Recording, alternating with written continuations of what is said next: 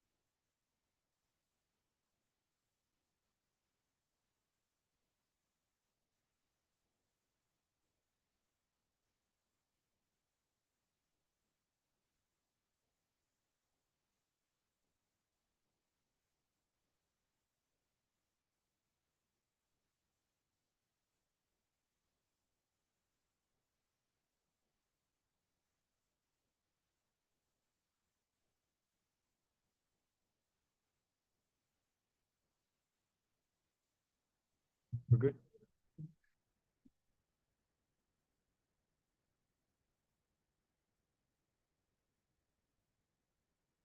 Why don't we get started? This is the press conference I have before a legislative meeting, a regular legislative meeting, and tomorrow, March 4th, will be a legislative meeting, regular one, 5th legislative meeting of Council Period 25. And I always have this press conference the day before. There will not be a committee of the whole meeting tomorrow. There'll just be the legislative meeting starting at noon, or scheduled to start at noon. There are a number of items on the agenda, but I don't think that any of it is going to be particularly controversial. There are 4 congressional review emergency bills. Just so everyone knows, a congressional review emergency is a form of emergency bill that we do when there's legislation pending congressional review. So we've adopted legislation in the past that's pending before Congress for congressional review approval. That review period approval, which of course delays the applicability date or implementation date, is not completed. And so then we do these congressional review emergencies to continue what's already been adopted until the congressional review is completed. So there are 4 of those. And then there are a number of contracts. If there are questions about any of them, I'll be happy to answer them. There is a bill that came out of the Committee on Business and Economic Development, on-premises and on-site extended hours program. That did not go through the Committee of the Whole a couple of weeks ago, so it's on the non-consent agenda tomorrow. I don't think there's any controversy about it. If I remember correctly, what the bill does is puts in permanent law the authority for the Alcohol Beverage Cannabis Administration to be able to extend hours on certain occasions. We do this, for example, we've done this in the past for various holidays. I'm thinking upcoming would be a World Cup, and so it may be that the board would want to allow establishments to be open later upon application. So that's what this that bill addresses. The there are a number of emergency measures. Oh no, I'm looking here. There are a couple of resolutions. One is a revenue bonds project approval connected with National Links Trust, which is refurbishing the 3 golf courses that are in the district, Rock Creek Park, and at Haynes Point. And that's a revenue bonds project approval. Those are never controversial.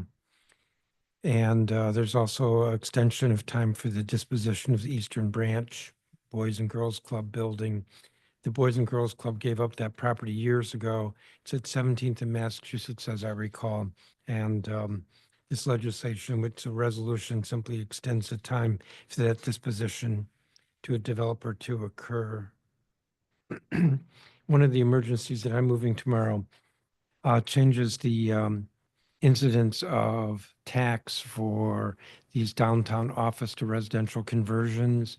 It had been the practice that the tax classification changed from commercial to residential, if I remember correctly, when a building permit was issued, and then the Office of Tax and Revenue, for some reason, changed that last fall so that the building had to be complete, which can take a couple years and therefore has a significant tax consequence for these conversions. This is all about getting more residential built in the city, and especially residential built downtown. This legislation, in fact, concerns, I believe, only those conversions downtown. And what we're doing is saying that when the a building permit is issued, I'm still not clear whether it's going to be permit issued and some construction has begun or just issued, but that's what that emergency is about. There's also Councilmember Pinto is moving at the request of the mayor an emergency concerning the clemency board. It has to do with aligning clemency board, I'm going to say cases before the clemency board, aligning that with fairly recent revisions by the Department of Justice, which I believe have to do with a waiver of time. I don't see any controversy there.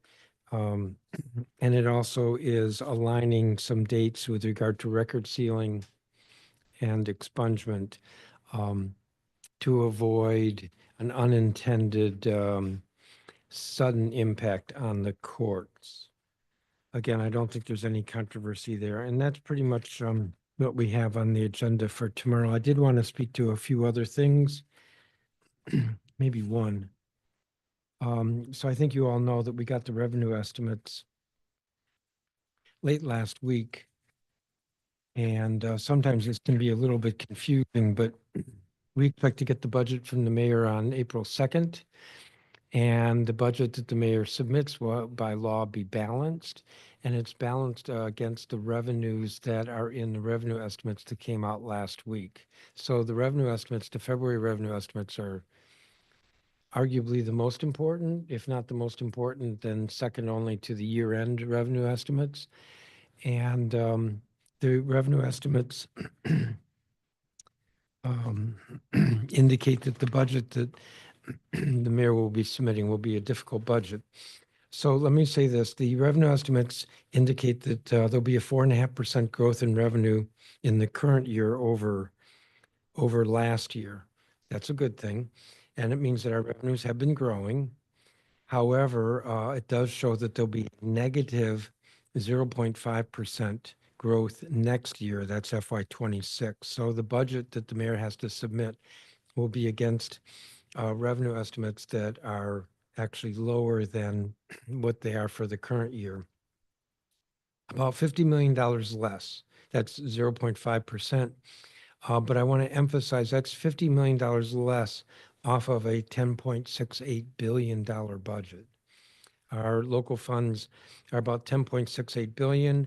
And so the 50 million, while 50 million is a lot to a lot of people, as a proportion, it's small. Nonetheless, it is negative. It's the first time we've seen negative in our revenue estimates.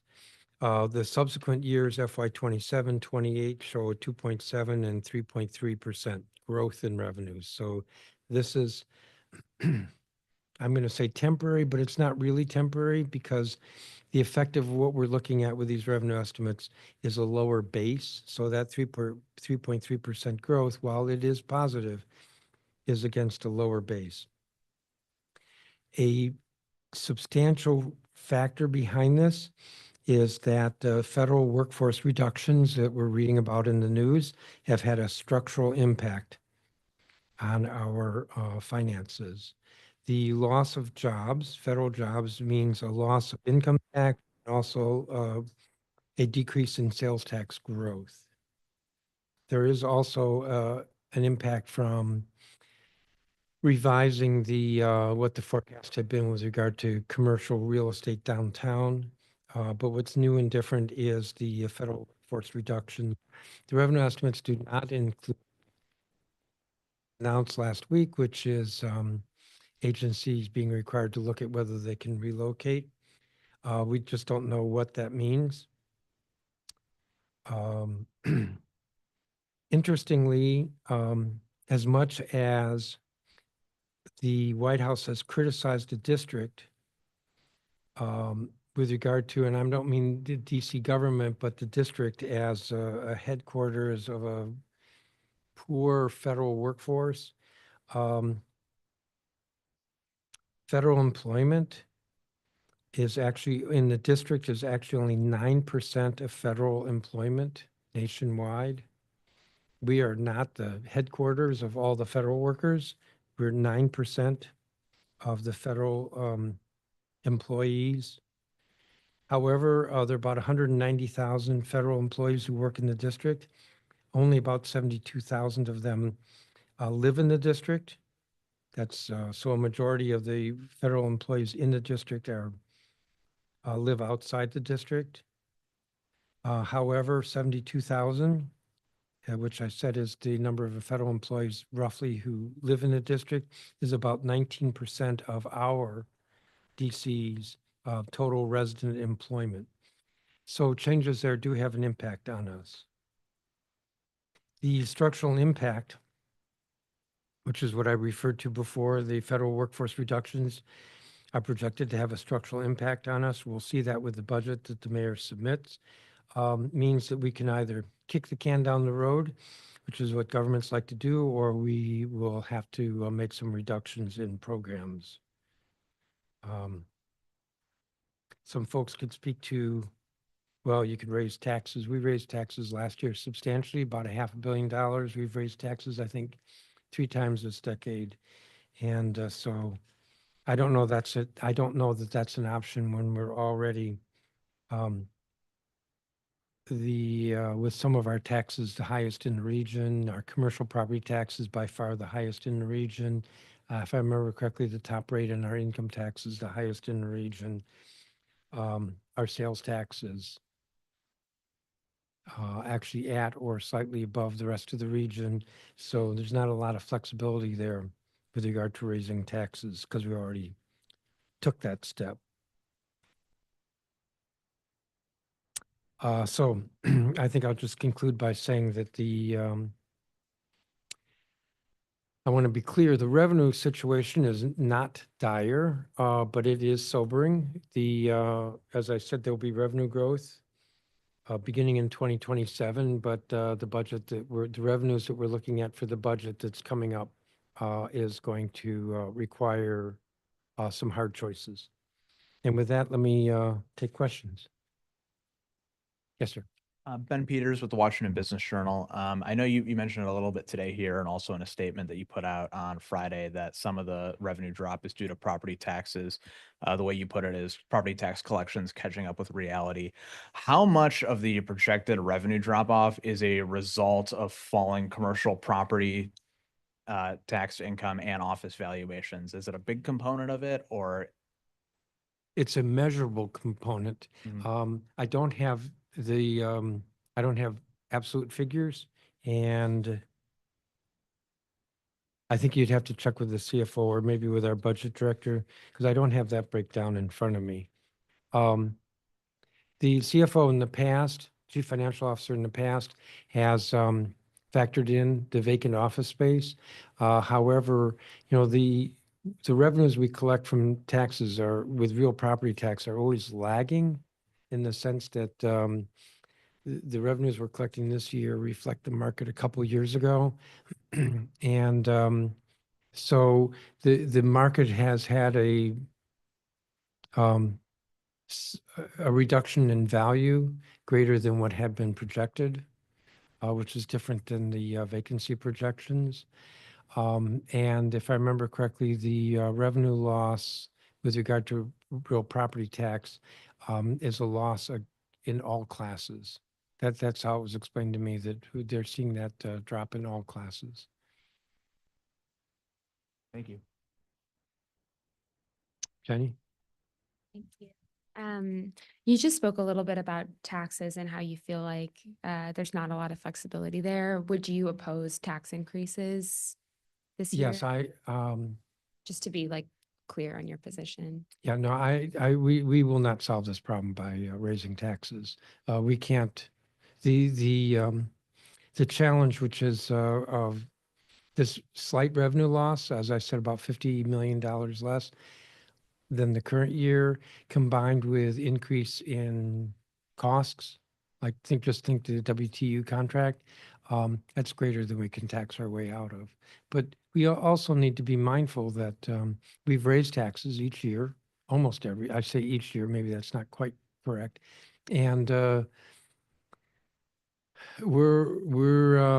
many of our taxes are the highest in the region, and we don't want to keep going higher. We should not keep going higher. That will then put us in a non-competitive position. I also wanted to ask about what this all means for capital budget things. I mean, you mentioned a couple press conferences ago, maybe, the discussion about RFK and how there's sort of a lot of capital budget priorities right now for the district between the new jail, stadium renovations, Capital One Arena, a potential football stadium proposal. What do these revenue projections mean for the discussion about the capital budget? Is there a connection there, or these? There is a connection between the revenue projections and the capital budget. And the connection is this. We have in local law a 12% cap on debt service.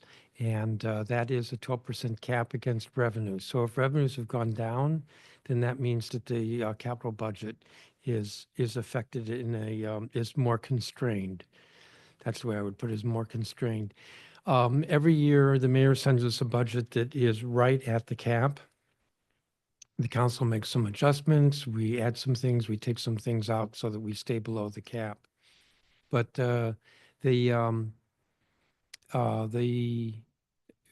where that cap is going to be slightly lower because the revenues are slightly lower. And that means that all the demands that we have, and I've said this in the past, as you referred, that just keeping what we've got is going to be a challenge, let alone adding anything to the capital budget. And I've actually put that a little differently in the past, which is that we need to take care of what we got. And we've got buildings that are desperately in need of renovation that aren't even in the capital budget, like the Daily Building where MPD used to have its headquarters, but had to move out because of leaks. The jail, which is in the capital budget, but maybe not fully funded. We desperately need a new jail, both because of the conditions as well as we know that a modern jail will actually reduce operating costs. That's just the way jails are.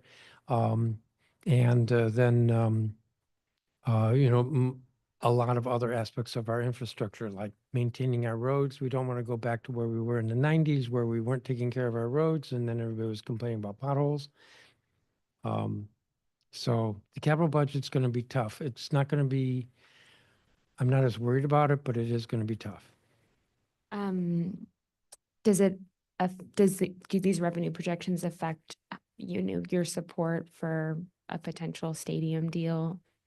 Doesn't affect my support. And let me be clear, because some folks have mischaracterized my position as not supporting a stadium. I'm fine if the Commanders want to be here and if they want a stadium. My position has been that we should not put public dollars behind it or into it. It wouldn't be our stadium. It wouldn't be our asset. And it actually would be going toward enhancing the value of a team that we don't own. And so my position is that we shouldn't put public dollars in it. And so the constraint on the capital budget would not affect that from my position. Got it. Speaking about the rest of the budget, what kinds of cuts do you think will be on the table this cycle? Like, what can residents expect in terms of cuts to Well, I don't want to programs? speak for the mayor, but Mhm. the mayor has talked about 3 core principles. Let's see if I remember them: education, public safety, and downtown. So that tells me that where there will be cuts, probably not so much in revitalizing downtown or in public education or in public safety. I can only speak very broadly because, first of all, the mayor has the budget. She's developing it. She hasn't completed her development of it. I know that. In fact, I think they, to some extent, have had to go back to the drawing board now that they have the revenue estimates. The largest components of the budget are public education and social services or human services. And the two together are over half the budget. So there's a contradiction there if on the one hand, public education is a priority, on the other hand, it's over a quarter of our budget and just public education.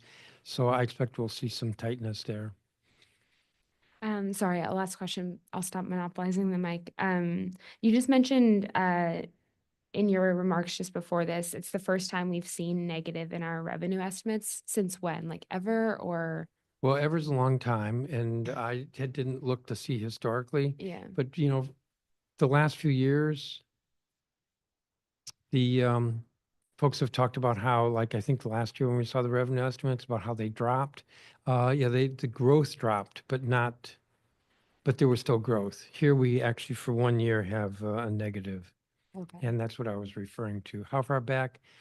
I don't know, because I haven't quantified it, but it's been a long time. That's a way basically of comparing. Last year, everybody was talking about this is a tough budget, but there was still growth. It was just lower growth than Correct. before. Now we're seeing an actual negative. Yes, for next year, it's a drop of, I said 50 million, I'm looking here, it's 49.6 million.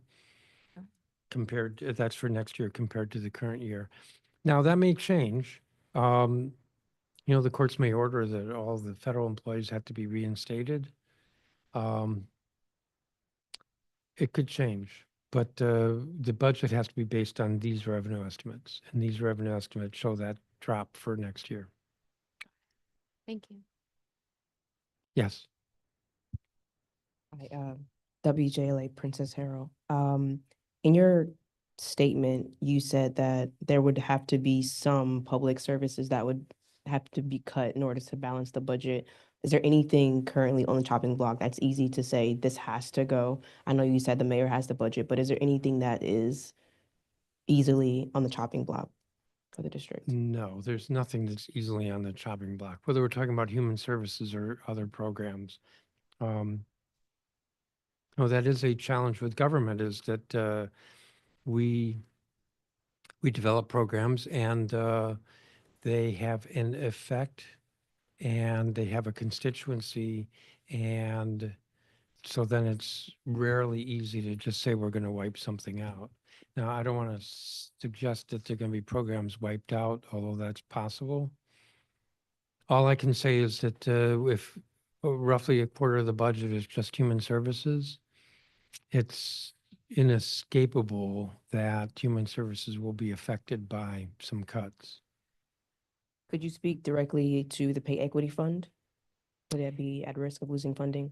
Well, you know, we went through this last year, the Pay Equity Fund, which is the fund which provides some financial support for those early child educators who are credentialed. They have some sort of a degree or credential.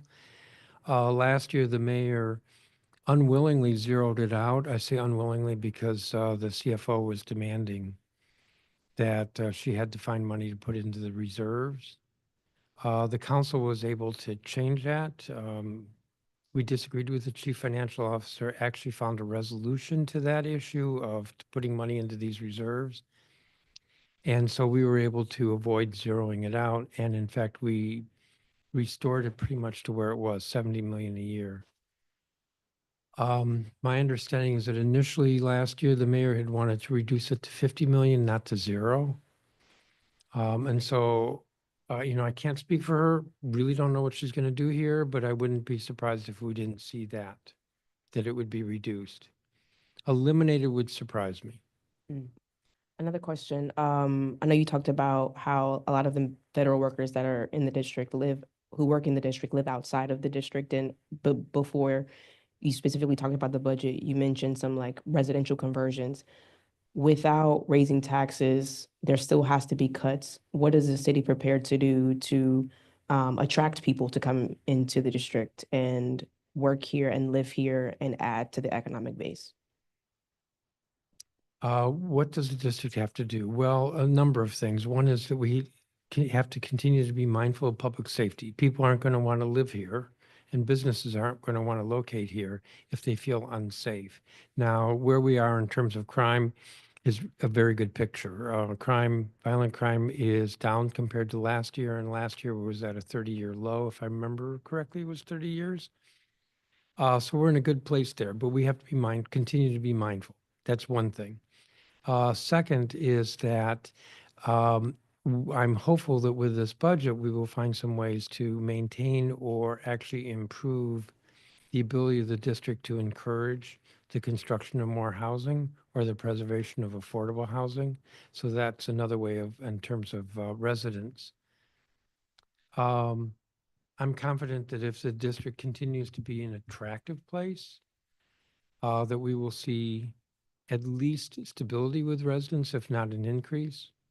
The number of federal jobs that are at risk is relatively small. Now, with regard to businesses, it's been my position for years that in addition to what I said about public safety, that we need to, the government needs to work harder and better at business retention. What is it that businesses are concerned about, and how can we deal with those concerns on an individual basis as well as on a more aggregate basis? What is it what features are attractive or are turning off businesses? I think I just provoked the Washington Business Journal. I thought you had a question, Ben. Oh, I was gonna let him. He hasn't asked a question yet, but I'll go ahead.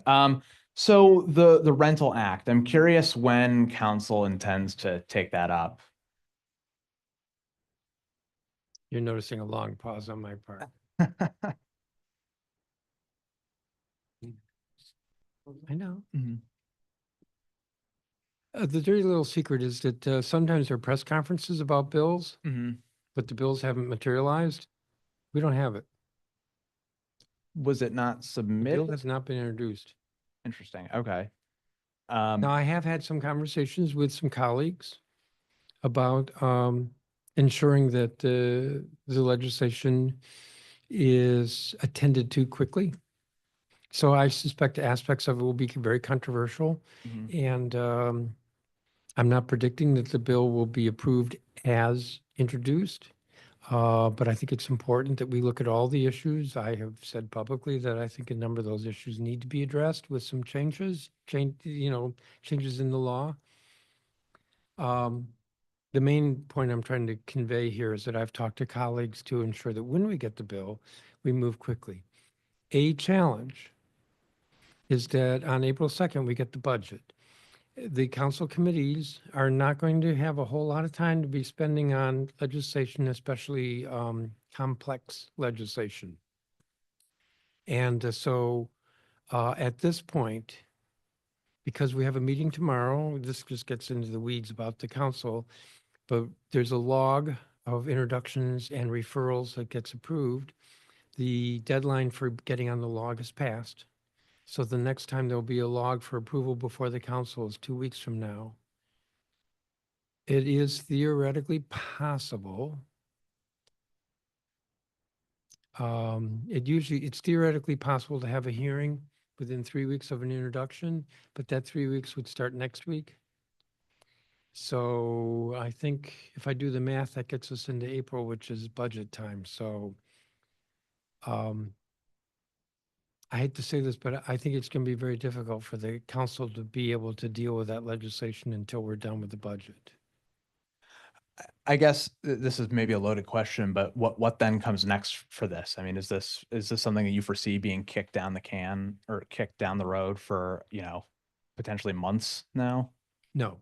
As I said, I've had conversations about moving quickly, so I would expect that we would see action. I shouldn't put it quite that way. I'm hopeful that we'll see action before the council recess, July 15th. But we don't have the bill, and that's a significant, that has caused a significant delay. We could have, if the bill had been introduced 2 weeks ago, theoretically, there could have been a hearing and then some work being done during the budget. I think that'll be very difficult at this point. There, as I recall, I saw a draft of the bill. So I don't know to what extent the bill that gets finally introduced is different, but of the draft, there were, I believe, 4 of the titles. There may be like 9 substantive titles. 4 of them are bills that are already pending in the council. And I expect, for instance, that ERAP, that'll get acted on in the next month. The public safety evictions, maybe during the budget. The vacant property, possibly within a month. And trying to remember the other one, the consumer protection title, that'll get acted on in roughly a month. So 4 of the titles already here, don't need to wait for the mayor's bill. They were already introduced by other members, and I think those will move pretty quickly. Do you know why it hasn't been No, introduced yet? I do not know. All right, thank you so much. Yeah. Mr. Rice. Thank you. I want to first ask you about 2 numbers you cited. 72,000 is the number of federal employees that work in the city. And that's 19%, and 90% live in the city. Is that correct?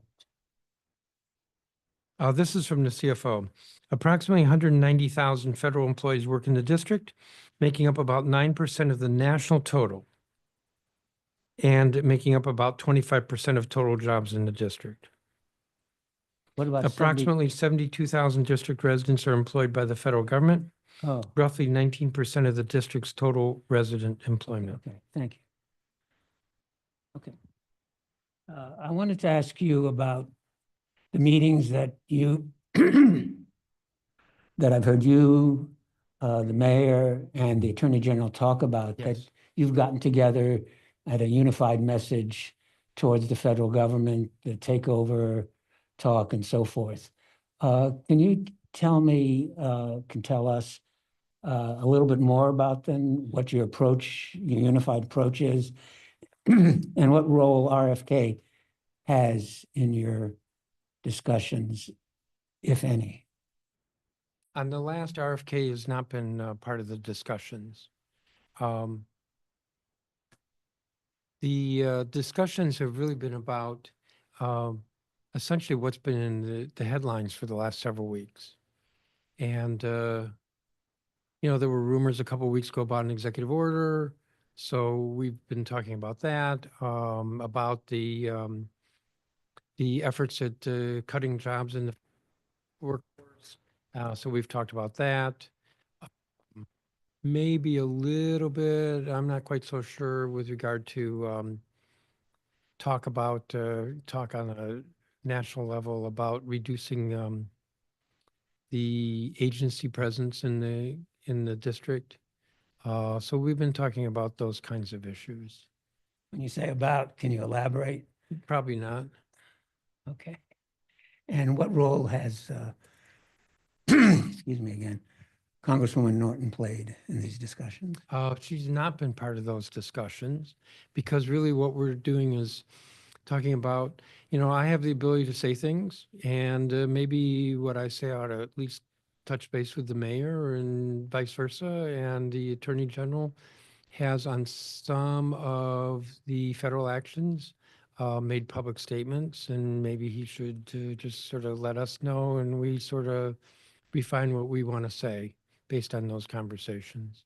So let me be clear, unified doesn't mean identical, but it does mean that we're trying to avoid any disconsonance, a word I don't often use, because I think that's important. I'm- Yes. The mayor is having a press conference right now on the comprehensive plan. You had a many-hour hearing, On the comprehensive plan. On the comprehensive plan. Kicking that off, but yeah, at the Strand Theater in Northeast, I think, on Minnesota Avenue. You just had a hours-long comprehensive plan-related oversight hearing of the Office of Zoning, of the Office of Planning and the Zoning Commission. Has she talked to you about what she's going to do with the comp plan and your thoughts? no, but let's be clear.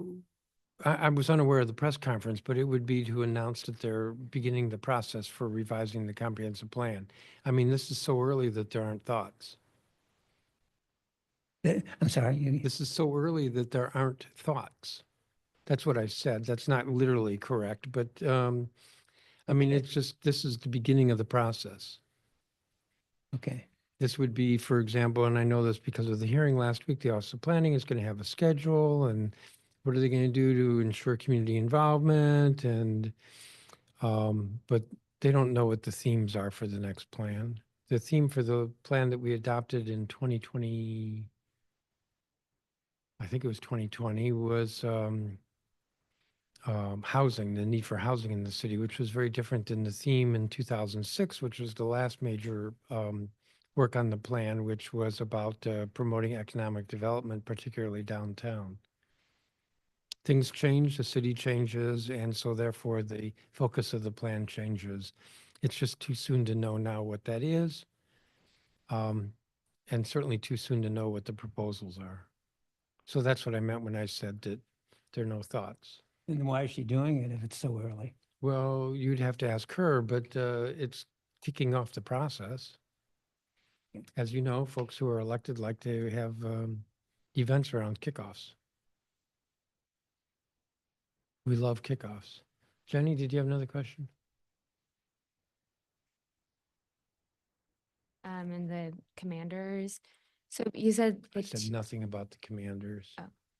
Okay. But they did very well last year. didn't you say that like a football team, like that the stadium would benefit the football team, but not this with the city? Yes, I did. Um, I said that a new stadium will enhance the value of the team. mhm. I don't think there's any question about that. This is a team we don't own, unlike the Green Bay Packers, and it's a stadium we will not own, unlike the Nationals baseball stadium. Are there other cities or examples of where the city does own part of the team or partially own? Well, I just mentioned, I'm Green- pretty sure the Green Bay Packers are owned by the city or So county. if there was such an arrangement like that with DC and the Commanders, would that revise your support? That is such a hypothetical question. I mean, really, you'd have to get from if to if to if on that. As I recall, the last price for the Commanders was about 6 billion. Wait a minute, let me look at our revenue projections. So, I mean, there are too many ifs to get to if the city were to own the team. Got it. Thanks. I could add, I wouldn't mind if the city owned the team, but the cost there and the opportunity for that are out of reach. You mentioned that there was going to be legislation you're introducing tomorrow about something related to conversions downtown Yes. residential. Can you say more about that? I haven't seen the bill introduced in LIMS yet and haven't been able to read it. Well, there is available on the council's website. If you look up under hearing management system, if you look up tomorrow's legislative meeting, I believe you can get all the notices. And the notice that I circulated explained this. So you can go there. Last fall, the Office of Tax and Revenue revised its policy with regard to classifying commercial property that's converting to residential property and said that the change in tax classification would not occur until construction is, quote, 100% complete, unquote, and the building is, quote, in actual use, unquote. Well, that's at the final step of a conversion. That is not the way they've done this in the past. And the legislation that I'm moving tomorrow, and we're still trying to work some of this out, clarifies that commercial to residential conversion projects can be reclassified at the time construction has commenced. Now, if you think about it, that's a little bit vague. So I believe where we are is that a building permit has issued and there has been some construction. Now, that some construction is a bit too vague, so we're still struggling with where we're going to land on that. Can you explain to me what that means for developers? Yes, as you know, it takes a period of time to build anything. I want to say 18 months. I could be off by a little bit. But the commercial property tax, if I remember correctly, is $100.85 per $100, and the residential is 85 cents per $100 valuation. So my math is very poor here, but cut your taxes in half. Hmm. And that's a lot of carrying cost. Thank you. If there are no other questions, see you all tomorrow at noon. Thank you. Yes.